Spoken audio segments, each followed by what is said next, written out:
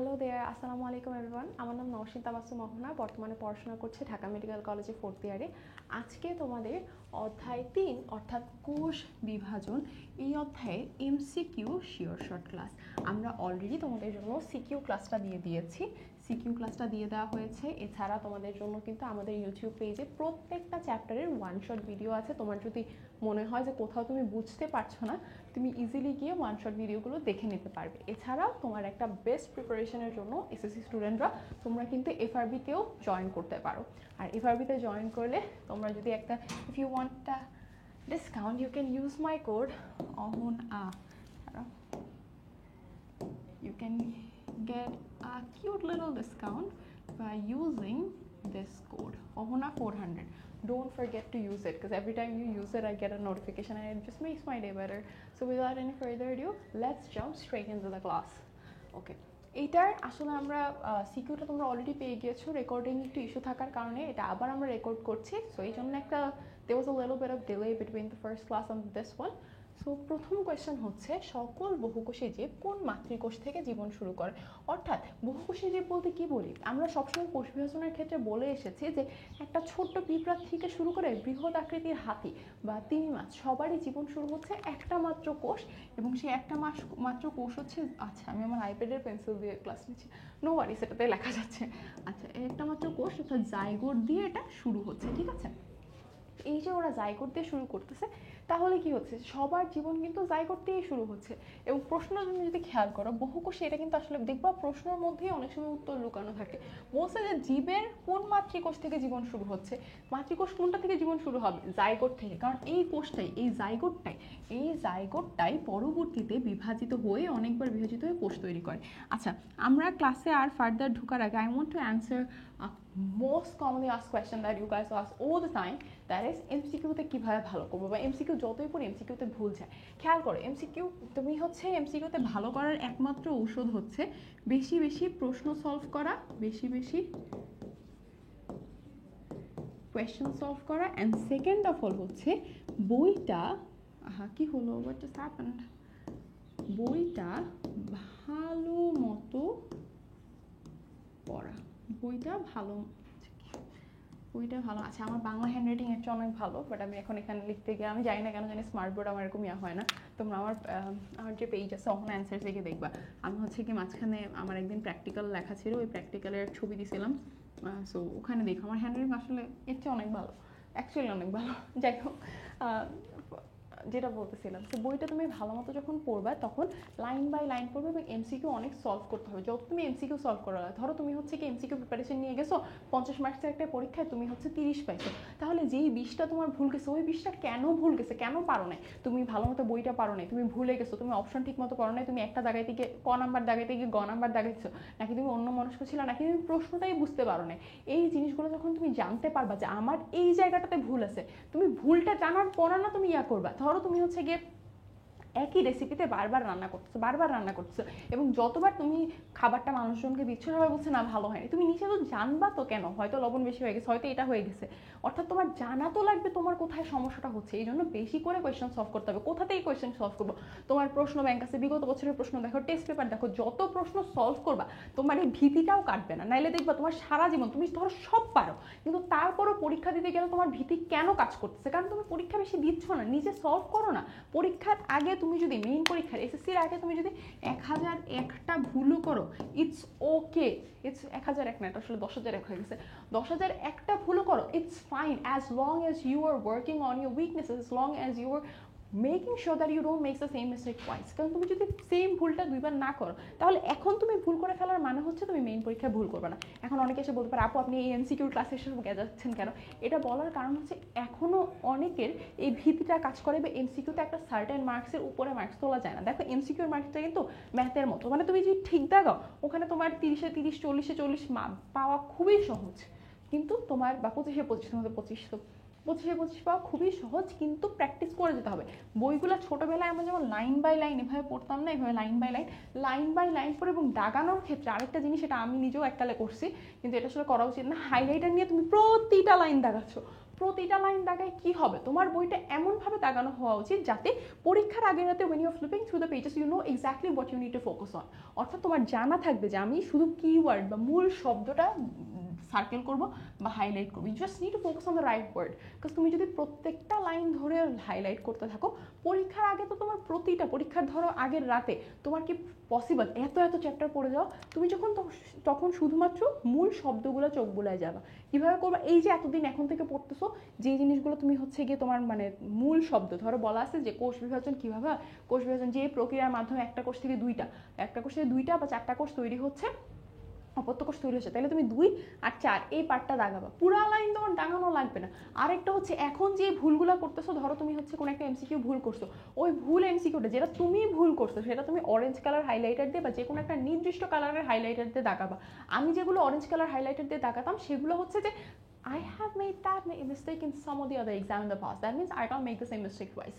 অর্থাৎ ওইটা আমি অরেঞ্জ কালার দিয়ে যখন দাগায় ফেলতেছি, তার মানে প্রত্যেকবার যখন আমি পেজগুলো উল্টাচ্ছি তখন আমার মাথায় এইটা যে কাজ করতেছে যে আচ্ছা আমি তো এটা একবার ভুল করছি, তাইলে এই জিনিসটা আর ভুল করা যাবে না। এবং এটা আমার এসএসসি এইচএসসি অ্যাডমিশনে পর্যন্ত কাজে লাগছে। আমার মনে আছে আমার অ্যাডমিশন টেস্টে একটা কোয়েশ্চেন আসছিল, যে কোয়েশ্চেনটা প্রথম আমি কোচিংয়ে যেদিন ফার্স্ট এক্সাম দিয়েছিলাম ওই এক্সামে আমি ভুল করছিলাম। অর্থাৎ এই ভুলটা আবার করা যাবে না এবং এই পরীক্ষা ভীতি ইয়া করে দিতে হবে। কারণ দেখবা এটা আমি মানে লাস্ট ভিডিওরই একটা কমেন্ট দেখছিলাম, মানে তোমরা যখন ক্লাসগুলো করার পরে কমেন্ট আমি চেক করি, বুঝছো, ভালো লাগে দেখতে। So I saw that comment, সামন যে আমার পরীক্ষার আগে সব পড়ে যাচ্ছি, গ্রেট, দ্যাটস গ্রেট, বাট পরীক্ষার হলে গিয়ে ব্ল্যাঙ্ক লাগে, এটাও খুব কমন। আমার এখনও মাঝে মধ্যে এরকম হয়, মানে মনে হয় যে ওভারওয়েলম লাগতেছে, I feel so damn overwhelm, I forgotten everything that I've red.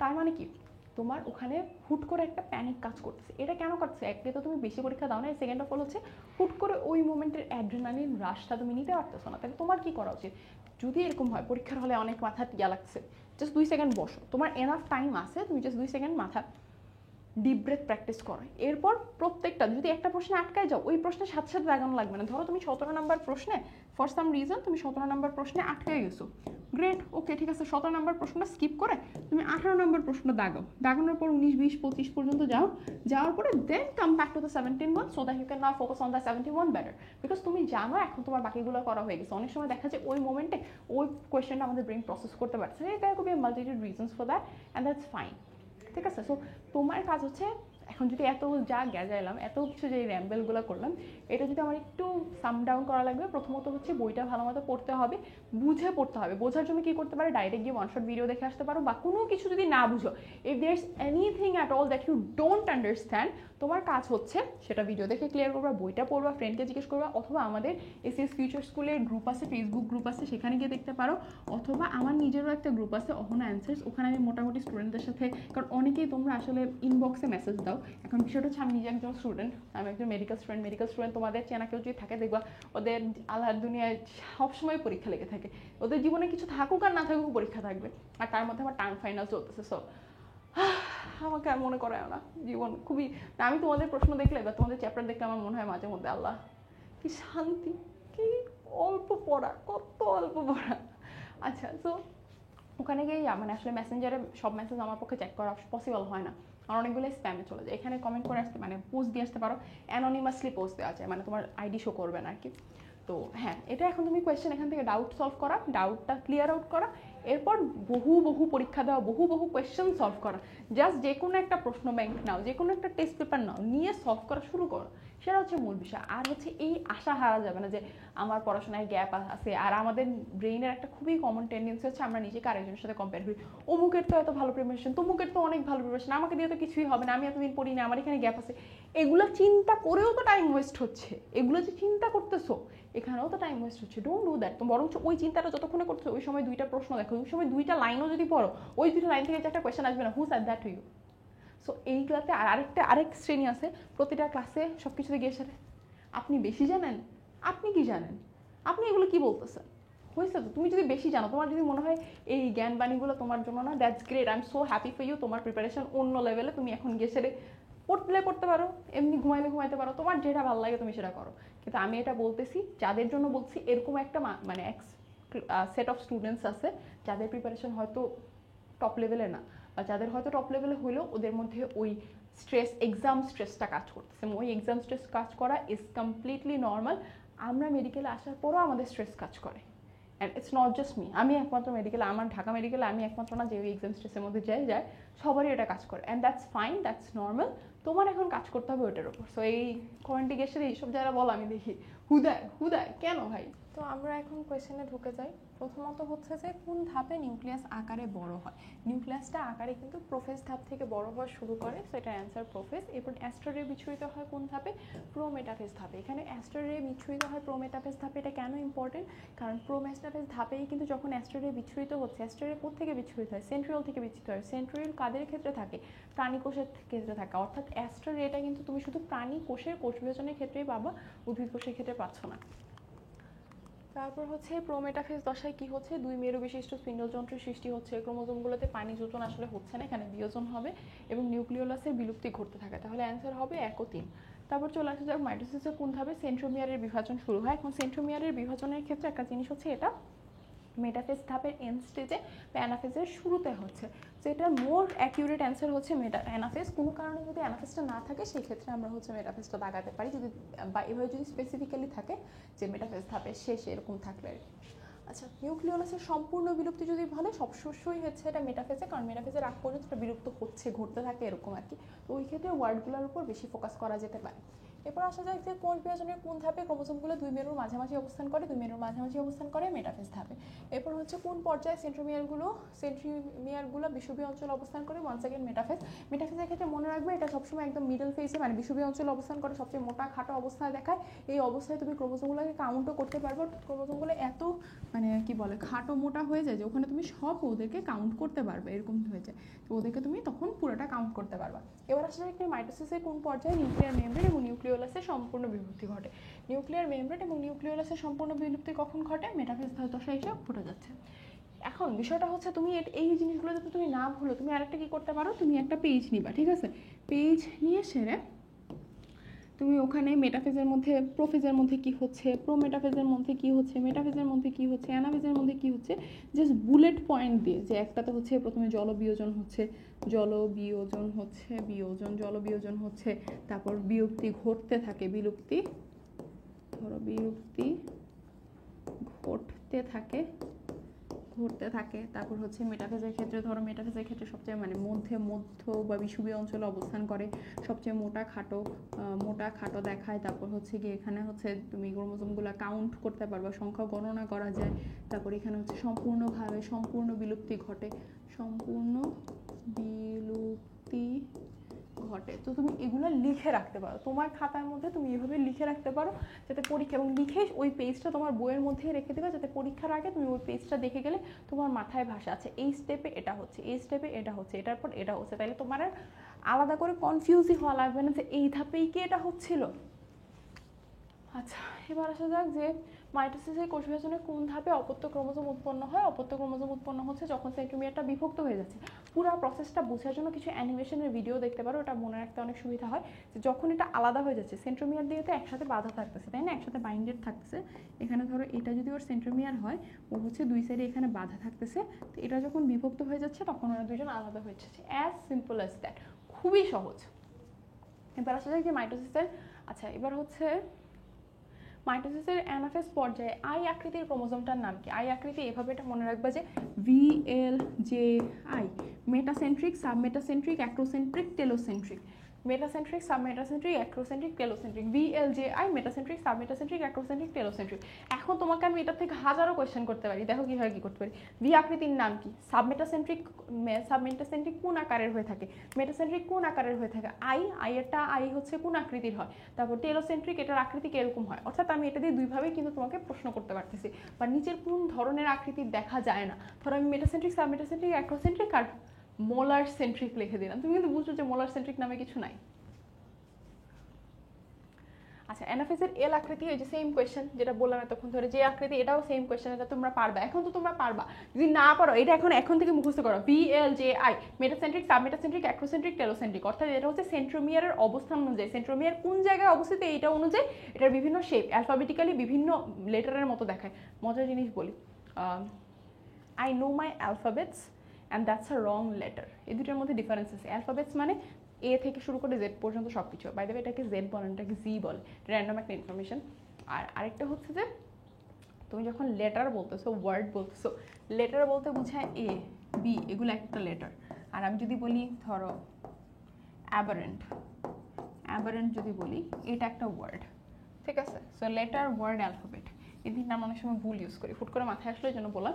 আচ্ছা, টপিকে চলে আসি। অর্থাৎ সেন্ট্রোমিয়ারের অবস্থান অনুযায়ী ক্রোমোজোমটাকে দেখতে একটা সার্টেন লেটারের মতো লাগতেছে, ওই অনুযায়ী নামগুলো করা হয়েছে, VLJI, metacentric, submetacentric, acrocentric, telocentric.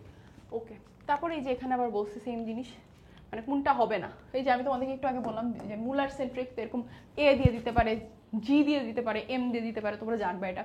তারপরে মেটাসেন্ট্রিক ক্রোমোজোমের আকৃতি কিরকম হয়, ওয়ান্স এগেন এই যে এগুলো সব হচ্ছে ওই MCQ যেগুলো এতক্ষণ তোমাদেরকে বললাম। আচ্ছা, উল্লেখিত প পর্যায়ে, আচ্ছা প পর্যায়ে দেওয়া নাই, এটা এখানে নাই। আচ্ছা আচ্ছা, এটা দেখতে কিসের মতো দেখো, ক্রোমোজোমগুলো মেরুর দিকে চলে যাচ্ছে, মেরুর দিকে চলে যাচ্ছে এরকম, তার মানে এটা অ্যানাফেজ। আচ্ছা, তারপর হচ্ছে আমরা এটা কোন দশায়, এই যে 1 সেকেন্ড দুই দিকে চলে যাচ্ছে, তোমাদের ছবিগুলো মাথায় থাকা লাগবে। যদি মিডল বরাবর থাকে, মিডল বরাবর থাকে তার মানে মেটাফেজ। যদি দুইটা প্রান্তের দিকে এরকম ছুটে চলে যেতে না, তাহলে সেটা অ্যানাফেজ। দুই প্রান্তে গিয়ে যদি এরকম দুইটা মানে কোষ এরকম হয়ে গেছে, দুইটা হয়ে গেছে, তার মানে সেটা টেলোফেজে চলে আসছে। আবার ধরো মাত্র হচ্ছে স্পিন্ডল যন্ত্র তৈরি হয়েছে, মাত্র এরকম দুই প্রান্ত জুড়ে স্পিন্ডল যন্ত্র তৈরি হয়েছে, কিছু তন্তুতে হচ্ছে গিয়ে তোমার ক্রোমোজোম লাগানো আছে, কিছু তন্তুতে লাগানো নাই, তার মানে সেটা প্রো মেটাফেজ। অর্থাৎ তোমার দেখেই বুঝে ফেলতে হবে এটা কোন পর্যায়ে বলতেছে। এরপর তুমি যখন ওই মানে ওই কাগজটা রেডি করে রাখতেছো যে কোন ধাপে কি হচ্ছে, সেটা তো তোমার মাথায় অলরেডি সেট করা আছে। এখন তুমি যে কোনো MCQ ওখান থেকে আসলে তুমি পারবা, না পারার কোনো কারণই নেই। মাইটোসিস কোষ বিভাজনের কোন ক্ষেত্রে পুনরাবির্ভাব ঘটে, কোন জায়গায় আবার চলে আসবে যখন কোষটা আবার গঠন হওয়া লাগবে, এবং সেটা কোনটা, এটা হচ্ছে টেলোফেজ। তারপর হচ্ছে কি এটা চিহ্নিত অংশটার নাম কি, এই যে তোমার এখানে কিন্তু আবার হচ্ছে কোষ প্রাচীরটা ফর্ম হবে, সো এখানে হচ্ছে এটা কোষ ঝিল্লি মানে কোষ প্লেট ফর্ম হয়, দেন ওটার উপর বিল্ড আপ করে আর কি। আচ্ছা, এখানে আসলে এটা কোষ প্লেট হবে, বুঝছো? কোষ প্লেটটা ফর্ম হওয়ার পর দেন কোষ ঝিল্লিটা ভিতরের দিকে আসে, সো এটা বললাম। কোন প্রকৃতির কোষ বিভাজনের ফলে জীবজগতে গুণগত বৈশিষ্ট্য স্থিতিশীলতা বজায় থাকে? গুণগত বৈশিষ্ট্য স্থিতিশীলতা এটা এখন একবার বুঝাচ্ছি, দেখো সব ক্লিয়ার হয়ে যাবে। ধরো একটা বাবা মা, ঠিক আছে, এদের জনন মাতৃকোষ, জনন মাতৃকোষ, জনন মাতৃকোষ মানে মাদার সেল, ঠিক আছে? জনন মাতৃকোষ হচ্ছে 2n সংখ্যক ক্রোমোজোম বিশিষ্ট। এখন এই জনন মাতৃকোষ থেকে যখন জনন কোষ বা রিপ্রোডাক্টিভ সেল তৈরি হবে, জনন কোষ, তখন হচ্ছে গিয়ে আমার কোন মানে তখন কি হইতে হবে দেখো, তখন n সংখ্যক ক্রোমোজোম বিশিষ্ট হইতে হবে। কেন? কারণ যদি 2n দুইটা মিলিত হয়ে 4n হইতো, 4n মানে এটা বাবার এটা মার, এই দুইটা মিলিত হয়ে নতুন বাচ্চা 4n, তারপর আবার ওই বাচ্চার যখন প্রজনন হবে 4n মিলে 8n মিলে হচ্ছে 16n, এভাবে হয়ে হয়ে প্রজাতির মধ্যে আমূল পরিবর্তন চলে আসতো। মানে তোমার বডির মধ্যে যদি একটা এক্সট্রা ক্রোমোজোম, একটা এক্সট্রা জেনেটিক কোড, তোমার মানে ধরো আমার চোখের রং, চুলের কালার, স্কিনের কালার, প্রত্যেকটা জিনিসের জন্য জেনেটিক কোড আছে। জেনেটিক কোডটা যদি প্রপারলি ফলো না হয়, তাহলে একটা মানুষের দেহের মধ্যে আমূল পরিবর্তন চলে আসবে। সেখানে যদি 2n থেকে 4n হয়ে যায়, তাহলে তো আরো বেশি চেঞ্জ চলে আসবে। তো এরকম যাতে প্রজাতি স্থিতিশীলতা মানে কি বলছে, বৈশিষ্ট্য মানে বংশ পরম্পরায় বৈশিষ্ট্য যাতে সুন্দর ফ্লো হয় আর কি, মানে একটা নির্দিষ্ট গতিতে বংশ পরম্পরার ধারায় প্রবাহিত হয়, এই বৈশিষ্ট্যের স্থিতিশীলতা বজায় থাকা। তো এই স্থিতিশীলতা বজায় থাকার জন্য বাবা মার ক্রোমোজোম সংখ্যা যেমন 2n, বাচ্চারও 2n, তার বংশধরেরও 2n, এভাবে যেতে হবে। 2n বলতে কি বোঝাচ্ছে, তোমার আমার মানুষের ক্ষেত্রে, ইন জেনারেল মানুষের ক্ষেত্রে প্রতিটা কোষে ক্রোমোজোম সংখ্যা 46। আমাদের ক্ষেত্রে 2n হবে 46, একটা পেঁয়াজের ক্ষেত্রে সেটা হবে 16, কারণ পেঁয়াজের ক্রোমোজোম সংখ্যাই হচ্ছে 16। তো এই জিনিসটাই বুঝাইছে যে এখানে মানে তাহলে কি হবে, যে বাবা মা যখন মিলিত হয়ে নতুন বাচ্চা যখন হবে, তখন 4n না হয়ে যাতে 2n হয়, এই জন্য কি হচ্ছে, মিওসিস কোষ বিভাজন, মিওসিস সেল ডিভিশনের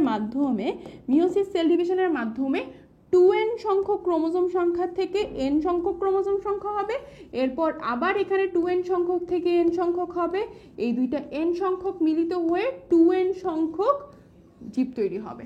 তাহলে জিনিসটা বুঝতে পারছো যে জনন মাতৃকোষ থেকে যখন জনন কোষ তৈরি হবে, কারণ এই 2nটা হচ্ছে জনন কোষ, দেখো আমি অন্য একটা কালার ইউজ করি, গ্রিন কালার, এই 2nটা হচ্ছে জনন মাতৃকোষ, আর nটা কি বলতো, nটা হচ্ছে জনন কোষ, reproductive cell. I hope you understood.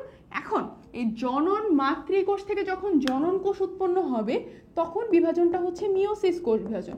এখন এই জনন কোষ থেকে তো একটা জনন কোষ তো বডিতে তৈরি হবে, অনেকগুলো জনন কোষ তৈরি হবে। জনন কোষের সংখ্যা বৃদ্ধি যদি বলে, সেটা হচ্ছে মাইটোসিস। খেয়াল করো, জনন কোষ সৃষ্টি হচ্ছে মিওসিস, অর্থাৎ ক্রোমোজোম সংখ্যা অর্ধেক হয়ে যাচ্ছে। আর জনন কোষের বৃদ্ধি যখন হচ্ছে, মানে জনন কোষের বৃদ্ধি যদি হয়, মানে জনন কোষের সংখ্যা বৃদ্ধি আর কি, একটা না হয় অনেকগুলো হবে, তখন কিন্তু আবার আমার মাইটোসিসই হবে, কারণ ক্রোমোজোম অর্ধেক n/2 তো হতে পারবে না। তো এই জিনিসটা, এই ওয়ার্ডিং এর ভুলটা অনেকেই করে থাকে, বুঝতে পারছো আই থিঙ্ক? আচ্ছা, গুণগত বৈশিষ্ট্যের একটা বিষয় আর মিওসিসের বিষয়টা আলাদা। মিওসিসের ক্ষেত্রে এখানে আসলে গুণগত বৈশিষ্ট্যের স্থিতিশীলতা বুঝাইলে আমার কিন্তু এখানে মাইটোসিসটাই হবে, কারণ ক্রোমোজোম সংখ্যা সমান থাকতেছে, 2n থেকে 2nই থাকতেছে। আমি তোমাদেরকে যেটা বুঝাইলাম এটা পুরাটা ব্যাখ্যা করার একমাত্র কারণ হচ্ছে এই যে জনন মাতৃকোষ, জনন কোষের সংখ্যা, এইটার সাথে মানে মাইটোসিসের সাথে মিওসিসের যে কোরিলেশনটা, কারণ মিওসিসের মানে তোমাদের মিওসিস প্রথম যখন হচ্ছে, মিওসিস বিভাজনটা দুইটা ভাগে বিভক্ত, মিওসিস 1, মিওসিস 2। এই মিওসিস 2টা হচ্ছে মাইটোসিসের মতো, অর্থাৎ 2n থেকে 2nই হবে, বা এখানে হচ্ছে আসলে 2n থেকে 2n তো না, মিওসিস 1 এর ক্ষেত্রে 2n থেকে n সংখ্যক হয়ে যায়, আর মিওসিস 2তে মূলত হচ্ছে n থেকে n সংখ্যকই হয়। আই থিঙ্ক এতটুকু আমরা ক্লিয়ার, এতটুকু আমরা বুঝতে পারছি। সংখ্যা, জনন কোষের সংখ্যা বৃদ্ধি পায়, জনন কোষের সংখ্যা বৃদ্ধি পায়, এটার অ্যান্সার হবে মাইটোসিস। আচ্ছা, তারপর অনিয়ন্ত্রিত কোষ বিভাজনের ফলে কি হয়, তোমার হচ্ছে ক্যান্সার হবে, এটার অ্যান্সার ক্যান্সার। কোলনের একটা আছে, তারপর আমাদের আমরা আরো অন্য কিছু নিয়ন্ত্রণহীন কোষ বিভাজনের কারণে কি হতে পারে, তোমার মানে মূলত এখানে অর্বুদ বলতে যে কোনো একটা টিউমার গ্রোথ বুঝিয়েছে। প্যাপিলোমা ভাইরাস দিয়ে হচ্ছে E6, E7, নিচের কোন ভাইরাস ক্যান্সার সৃষ্টি করতে পারে, প্যাপিলোমা ভাইরাস দিয়ে হচ্ছে হিউম্যান এনোজেনিটাল ক্যান্সার হতে পারে। মূলত তোমার এখানে যে জিনিসটা মাথায় রাখতে হবে, আচ্ছা আমরা আরো কিছু এমসিকিউ দেখি, যে মাইটোসিস কোষ বিভাজনের কারণে ক্যান্সার হতে পারে, এখানে মূলত এই জিনিসগুলোই আসবে পরবর্তী, মানে তোমার কোয়েশ্চেনের স্লট কি কি আছে, মাইটোসিসের কিছু কোয়েশ্চেন হবে, মাইটোসিসের দেখো এই টপিকগুলো ভালো করে পড়বা, মাইটোসিসের কোন ধাপে কি হয়, অর্থাৎ জল বিয়োজন কখন হচ্ছে, জল বিয়োজন কখন হচ্ছে, তারপর হচ্ছে স্পিন্ডল তন্তু কখন, স্পিন্ডল তন্তু কখন আবির্ভাব ঘটতেছে, তারপর হচ্ছে গিয়ে অ্যাস্টার রে কখন বা কোন স্টেপে তৈরি হচ্ছে, এটা কোথা থেকে তৈরি হয়, সেন্ট্রিওল থেকে তৈরি হয়, এই নিচের কোনটা অ্যাস্টার রের ব্যাপারে সঠিক না, এরকম একটা কোয়েশ্চেন থাকবে, কারণ এটা শুধুমাত্র অ্যানিম্যাল সেলে পাবা। অ্যানিম্যাল সেলে কেন পাবা, কারণ এটা শুধুমাত্র সেন্ট্রিওলের বৈশিষ্ট্য। তারপর হচ্ছে মেটাফেজের ধাপের মধ্যে কোন পর্যায়ে সবচেয়ে মোটা খাটো দেখা যায়, তারপর হচ্ছে কোন পর্যায়ে সম্পূর্ণ বিলুপ্তি ঘটে। তারপর আরেকটা কোয়েশ্চেন হতে পারে এখানে যে, এক সেকেন্ড, আমরা অন্য একটা কোয়েশ্চেন, অ্যানাফেজের স্টেপ থেকে VLJI এইটা নিয়ে একটা কোয়েশ্চেন হতে পারে। তারপর হচ্ছে মানে কোনটার আকার কি, তারপর কোন পর্যায়ে অপত্য ক্রোমোজোম তৈরি হয় সেটা দিয়ে একটা কোয়েশ্চেন হতে পারে। তারপর কোন পর্যায়ে হচ্ছে অপত্য ক্রোমোজোম সেন্ট্রিওলের বিভাজন হয়, এটা নিয়ে একটা কোয়েশ্চেন হতে পারে। কোন পর্যায়ে নিউক্লিওলাসের পুনরাবির্ভাব ঘটে। তারপর কোষ প্লেট,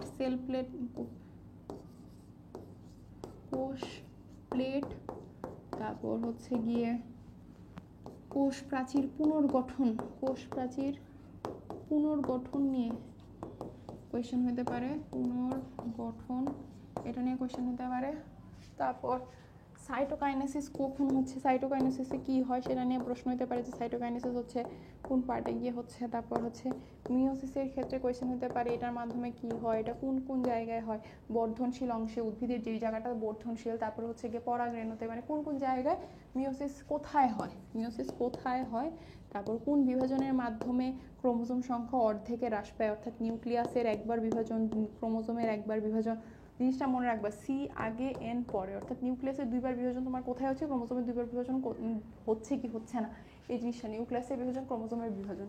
তারপর আবার আমার এখানে কোয়েশ্চেন আসতে পারে যে টিউমার, ক্যান্সার, দেন অনিয়ন্ত্রিত কোষ বিভাজন, অনিয়ন্ত্রিত, আচ্ছা আরেকটা জিনিস বাদ গেছে, নিয়ন্ত্রিত সেল ডিভিশন, সিডি মানে সেল ডিভিশন। আর আরেকটা জিনিস আসতে পারে সেটা হচ্ছে অ্যামাইটোসিস। অ্যামাইটোসিস কি, তারপর এটা কাদের ক্ষেত্রে দেখা যায়, ব্যাকটেরিয়ার ক্ষেত্রে দেখা, কাদের ক্ষেত্রে দেখা যায়, এটার উদাহরণ দিয়ে আসতে পারে যে ব্যাকটেরিয়ার মধ্যে কাদেরকে দেখতেছো, ব্যাকটেরিয়ার মধ্যে কোন ধরনের বিভাজন হয়, ইস্টের মধ্যে কোন ধরনের বিভাজন হয়।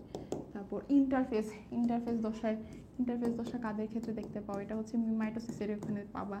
তারপর হচ্ছে আচ্ছা বংশগতির স্বতন্ত্র বা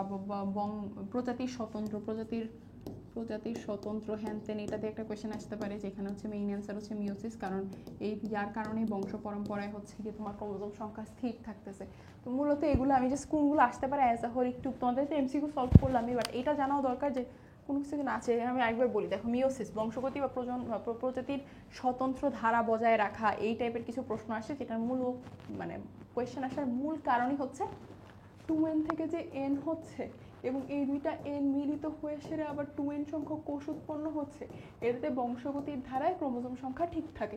ইন্টারফেস থেকে একটা কোয়েশ্চেন আসতে পারে যে ইন্টারফেস দশা কোন স্টেপে হয়, কয় ভাগে বিভক্ত, G1 S G2 এটা।